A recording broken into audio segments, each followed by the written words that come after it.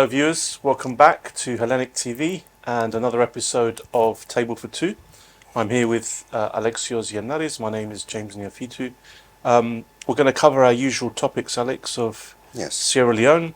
We'll cover a little bit around health and men's health and health in general, and then finish off with our look at the community. Yeah. So what's been happening in the Sierra Leone world? An update, Alex. Well, Sierra Leone update. We've had a massive donation, I think I mentioned this last time, of playground equipment for the nursery. This is from Canopy Children's Nursery, now in Potter's Bar. They've donated so much stuff. It's on its way to Sierra Leone. 3-4 weeks time it should arrive. As well as that, they're giving us uniforms, boots, school equipment. So there's a lot of stuff that's heading its way there.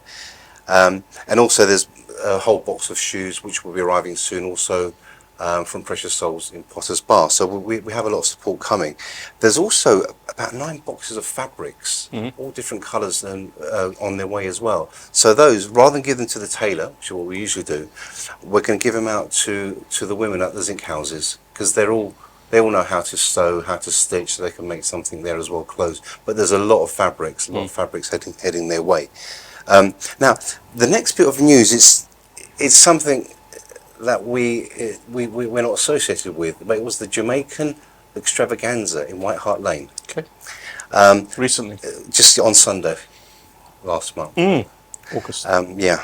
So this extravaganza, it was to celebrate the 62nd anniversary for independence. So I thought I'll pop along, went with Alexandra. The plan was just to get some food, really. And then walking along the stalls, there was a guy, Errol McKellar, MBE, and he's got a prostate cancer charity. He set it up, so he's a survivor of prostate cancer. So he set up this foundation, and he gets support as well from, I'm going to have to read it here, but he gets support from Prostate Cancer UK. Now they give him, I mean, you can see this whole pile of literature. Right. It's about support if you have prostate cancer, how to try and avoid it. Catch it early. Habits, yeah. And then he also gave me this Kit. So this kit is a home kit. If I just opened it today to have a look what's inside it. Now, this is a home kit, so you can check in, I think, a matter of 10 minutes. Like a COVID test. Yeah. So in there is similar to the old COVID test, but there are 2 holes. So that's what you use to draw blood.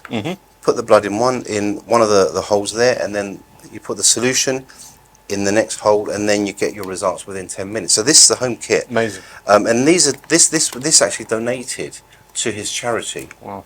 Now, the reason I'm mentioning all this is because of Sierra Leone.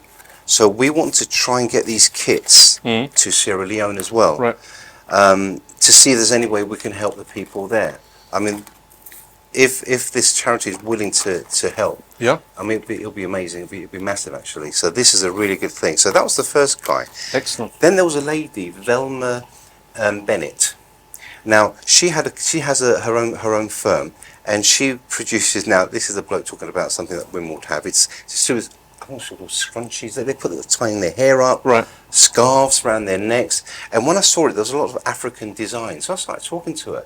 Now she's done charity work in Africa. She's won awards for her charity work. Okay. And now she used to be in worked in primary schools as well.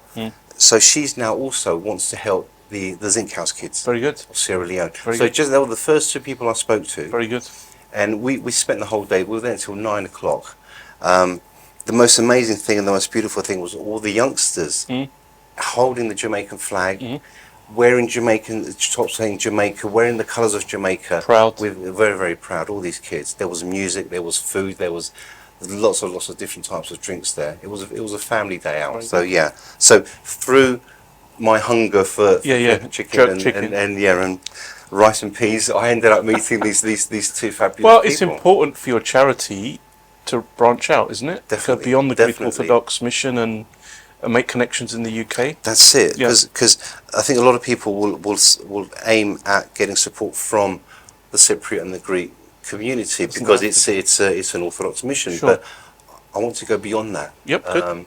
So I've also sent the last show to the Sierra Leonean High Commission in London. Very good. Hopefully they get to see it, and hopefully they don't just think, oh, who's this crazy person? Very but good. I asked the Consul General of the Cypriot High Commissioner Yes. if he could send it to them as well. Very good. So we have a link there. Stereo. Yeah, so that'd be one. Then they'll see I'm not some crazy person sending them YouTube Good. videos. That's good. So that was that. Now we're coming up to the start of the academic year. We are. Obviously, you work in a school. Mm-hmm. So when you get your new intake? How are they? Just like lost little children, or how are they when they come to the school? Well, they are lost little children, yes. But our school has, first of all, they've come in for their SAT tests originally. Secondly, we have a summer school. Okay. I haven't attended that this year, but last 2 years I went along. It's 5 days, gets them acclimatized. Yeah. It's right at the beginning of the summer holiday, so they spend 5 days acclimatized, get used to the environment, and it's really popular. Yeah. Because parents like to leave the kids, gives them another free week, basically. So, but schools generally, yes, they are lost children. They are assessed for all their needs, etc. So we get a good indication of any special needs. The big thing also in London is English as an additional language. There are a lot of students who don't have English as their first language, especially students that have come in from Ukraine, Poland, South America, who are learning English. Yeah. So that's another challenge. That's a big deal. And the research shows that if you land in a country like the UK, not speaking the language, it takes you 2 years to get to the level that you should be. Okay. So if you come in, let's say, year 8 or 9, it'll be a real struggle to pass your GCSEs on time. If you come in year 7, at 11 years old, you've got a chance to get to... But if you come during your GCSEs, it's tough. Okay. So those are the challenges. It's special needs, it's acclimatizing to the environment, and it's English as an additional. Those are the top things for us. Yeah. What was on your mind? Mine was with the university students now. Absolutely. We've spoken about anxiety disorder and so on and so forth. So they'll go to this massive place, usually.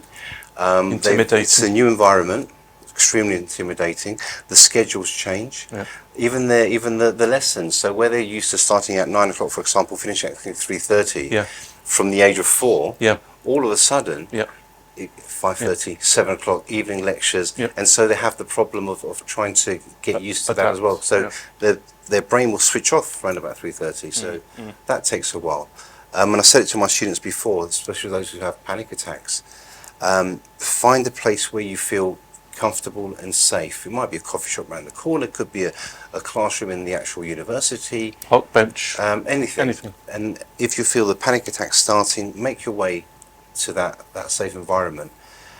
What I used to also urge the universities, so students who had the disabled students allowance, was to actually have an action plan in place. So for example, if a student missed 3 days of lectures, that lecturer needs to notify the disability department, whichever department deals with it then, obviously with the permission of the student, not to wait a week or two, and then by that time that student might be, might be in a depressive state, might have had psychotic episodes, so it's best to catch it early.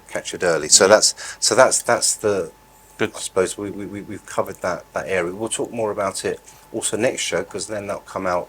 Academic year starts when the university starts. Okay. Sounds good. Okay. So I'm just going through. I've got so many notes, James. It's unbelievable. Now, just before you move on, Alex, back to the widening out the charity. Yeah. You met James Cleverly a while ago when he was Foreign Secretary, or Foreign Secretary. Yeah. Now he's in opposition. He's from Sierra Leone, right? I think it's his mother. He's got that lineage, and he was interested in your charity. And he speaks Creole. Right. I think he's a connection you should nourish, because he's also going for the leadership of the Conservative. I know we have Conservative friends in the community. I think that would be an interesting connection to make. Definitely. Well, we have a friend in Birmingham. I won't say his name, I don't want to embarrass him, but he's friends involved with James Cleverly. So hopefully once the charity's set up, then we can get him. Yeah, and that's another reason well. to root for him to become leader of the Conservative Party. I'm not following it closely, but Yeah. could happen. Could happen. Yeah. So yeah, the support that we could get will be phenomenal, and that'd be massive actually. Good. Okay, moving on. Okay. Now, what I've been up to. Events. A few days ago, I went to a recital, a music recital. Now, it was a guy called Chris Christodoulou. He was at Middlesex University many years ago. Now, he started playing bouzouki at the age of 7, doing the weddings and parties and what have you. And then in his early 20s, he met some people. He has friends who played classical music. Age of 22, he decided to go to university to study a degree in music, playing the bouzouki. And he completed his degree successfully. He's had a few music recitals. His last one was 8 years ago. So the one that he just had in Hampstead was amazing. Because if you think of it, if someone goes to study piano or guitar, or the music is ready for them. You go with the bouzouki, it's not. Right. You have to rearrange the music to match to play for the bouzouki. And I bet that would have been a nice challenge for the university as well. I bet they welcomed it. Definitely. They've not had that before. That's first time. I remember there was a Malaysian student doing a master's in music, specialising in jazz. She took some Greek tunes, she jazzed them up, and then she had Chris playing the bouzouki. Wow! And I wish I videoed it in those days, but obviously it was a long time ago. Sure. But that was So Chris did extremely well. There'll be music playing in the background, James. Obviously.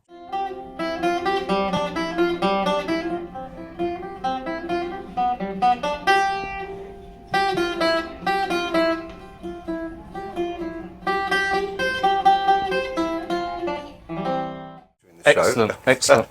So that was Chris Christodoulou. Chris Christodoulou. A name to look out for. Definitely. Now, we had the Cyprus protest outside the embassy. That was organised by the National Federation of Cypriots in the UK. Christos Karolis organised that. Yeah. He did an amazing job. I mean, the amount of people have been fewer and fewer each time. The reports were there were about 500 people. I think I estimated about 600 people there, and it's mostly the older generation. Yes, but there were. I mean, we had Nepomac. That's the young. Youth. That's the youth, and they were there, showing their support. So hopefully next year, because there will be a next year, we can't hide the fact that there still will be a next year. Hopefully next year there'll be more people, and then we get more young people involved, because the older generation, they can't always go now. Sure. A lot of them have left us, so it's important we keep these memories going. There was a counter demonstration with about 20 people. That's all it was, and that's where I'm finishing on that topic, James, for obvious reasons. Okay. Now, Teatro Technis, where we've been to see Oedipus many times. Oedipus the King. Okay. Now, there was a play called The Cypriot, by Elena Bavli. Now, I'm going to read from here. This is the Cyprus in UK culture. Yeah, they said it's a minor retelling of the epic life of the semi-legendary Stasinus, lost poet of Cyprus. Okay. Now, so Elena Bavli wrote this. Her sister was there, Alexia Bavli, who stole the show, I must say, with her elephant dance. Okay. Now, Hellenic TV will be showing this at some point. Brilliant. You have to watch it. Brilliant. And you have to look out for the elephant dance. It's something, as parents, those with daughters, we've gone through when our daughters have been doing dance at school, and then you see the elephant dance happening, James. So now, as well as Alexia and Elena, there's also Lucy Christophe. She was a narrator. She's also played different parts.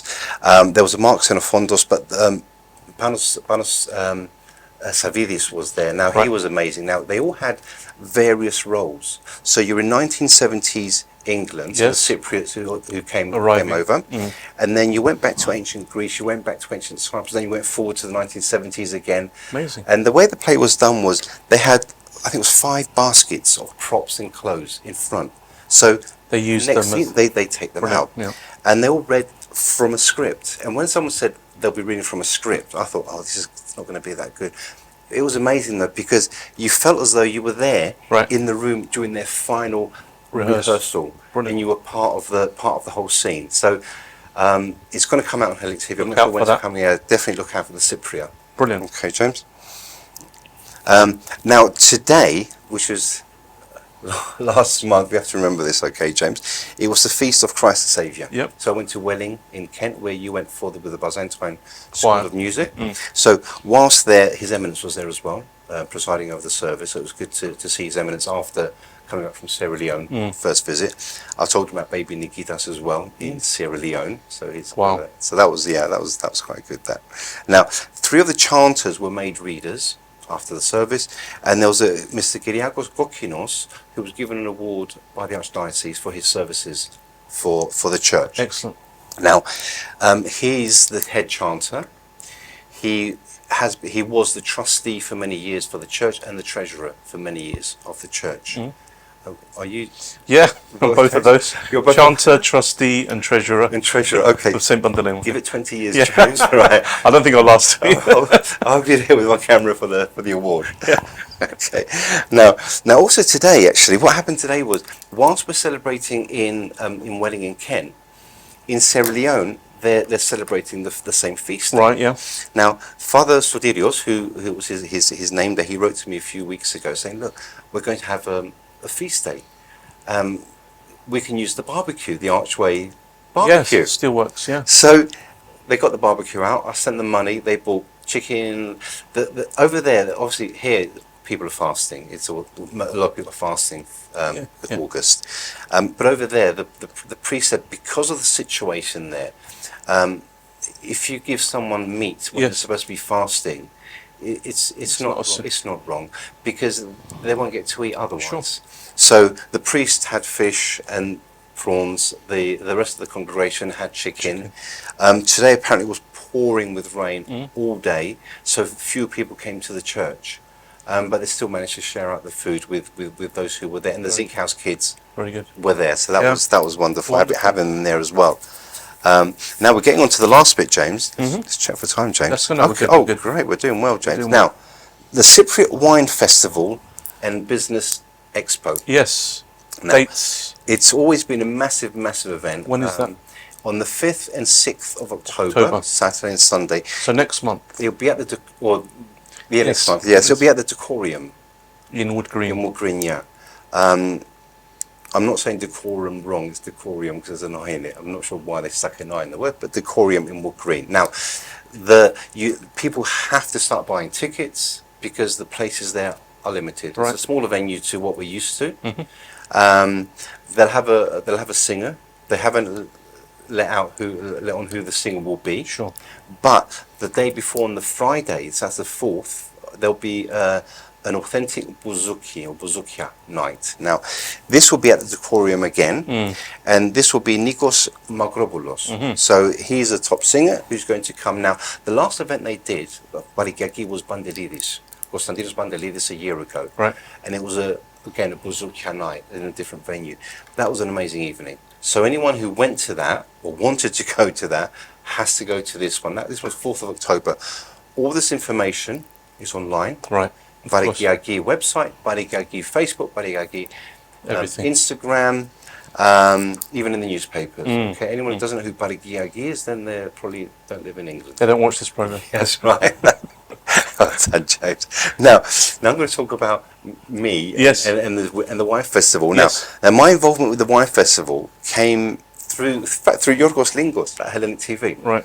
2016, Dalaras was coming to England. Yes. To the Wine Festival. Now, I couldn't find, no one knew me at Barigaki to say, Alex, come and take photos. This is before you had the vest that said official photographer. That one, yeah, that came 3 years later. Right. And I've still got it and I still use it. So Yorgos Lingos, he said, look, come as part of Hellenic. So it was at Ali Pali in those days. Bravo, went to Ali Yorgos. Pali, took photos.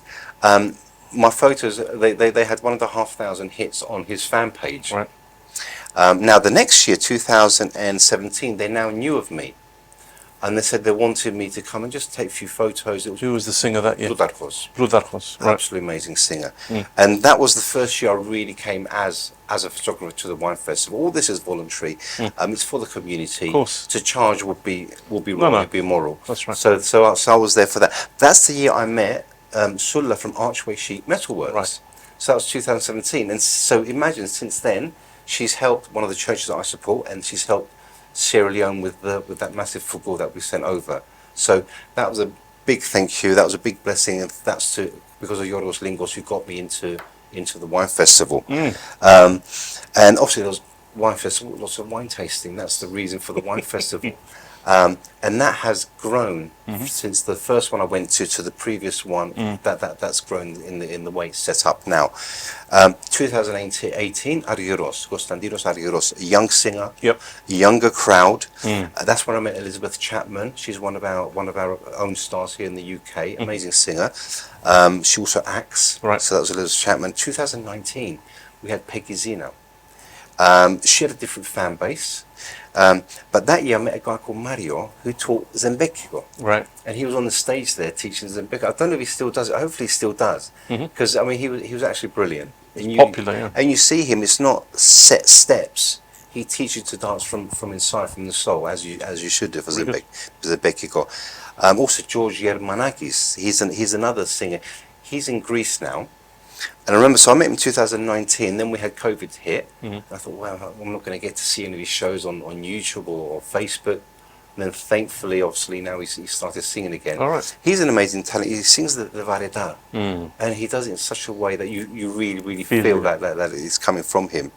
And I have to mention Alex Ice Creams, because he's my cousin, James. Oh, very good. Yeah. He's my cousin, James. He's going to have a stand. I remember him in 2015. He was doing sandwiches at the wine festival. Right. So each year he tries to do something new, something different. But the ice creams are stuck. He supplies the Gandafilo ice cream to a lot of the restaurants. My favorite. And Mastija ice cream. My favorite. And so there you go. I'll give you his details. If you combine those two, and maybe Haleb Gano, then you've got the perfect I'll tell it. trio. We have to get some sort of deal with him with that. Now 2022 was the last event. We had COVID. 2022 we had Nikos Kourkolis and Kelly Gelikidou. Now husband and wife team. Right. Now they were brilliant, because he sang first, she sang second, then they sang together. Right. So you had like three kind of voices. shows, and that was brilliant. And that year we had a whole group of Brummies arrive, and from Coventry as well. Right. And that was quite common. A coach load would come from Birmingham. Very good. Would come from Coventry, and they also enjoy the festival with us. So it's always good, because it's not just the London festival. That's right. It's good to spread it out. And also I met a guy called Kos. Now he's got a company called Because It's Party Time. Because it's party time, yeah. Apostrophe Kos, K-O-S, party time. So he does the bouncy castles and what have you. And the reason I'm mentioning him is because he's actually an auto server at Panagia. Okay. So everyone goes to Panagia and they see a guy with a ponytail. That's Kos. Yeah. He does bouncy castles, candy floss, all the stuff, the sweets and stuff as well. Very good. So that'll be popular. That's our roundup of the wine festival. Good. Good. I hope that's a successful one. It'll be a different one. It'll be a different one. Well, the locations. The location's different, and also the setup. Because generally we have these massive Ali Pali, massive Lee Valley. It's a smaller, confined unit now. I did feel in those big locations it was quite spread out, wasn't it? It didn't feel full. Yeah. Whereas I guess this Korean place, I've been to weddings there, and it's quite a compact and there's place. Stage there as well, isn't it? Ready-made. So it might feel a bit more atmospheric. Yeah. It should be a good one. It's going to be a new one. Barikiaki put so much effort into this. I mean, they have a committee with about 5 subcommittees. So it's not just 2 people sitting there saying, let's call this person. No, you do this, you do this, you do this. And each section has got obviously their own thing to do. I'm part of a section. I do as little as I can, but on the day you're there, and everyone puts 110% into helping. Yeah. Well, let's hope it's a great event. Definitely. Thank you, Alex, for the roundup. Thank you, viewers, and we'll see you again on Table for Two. Thanks very much. Bye bye.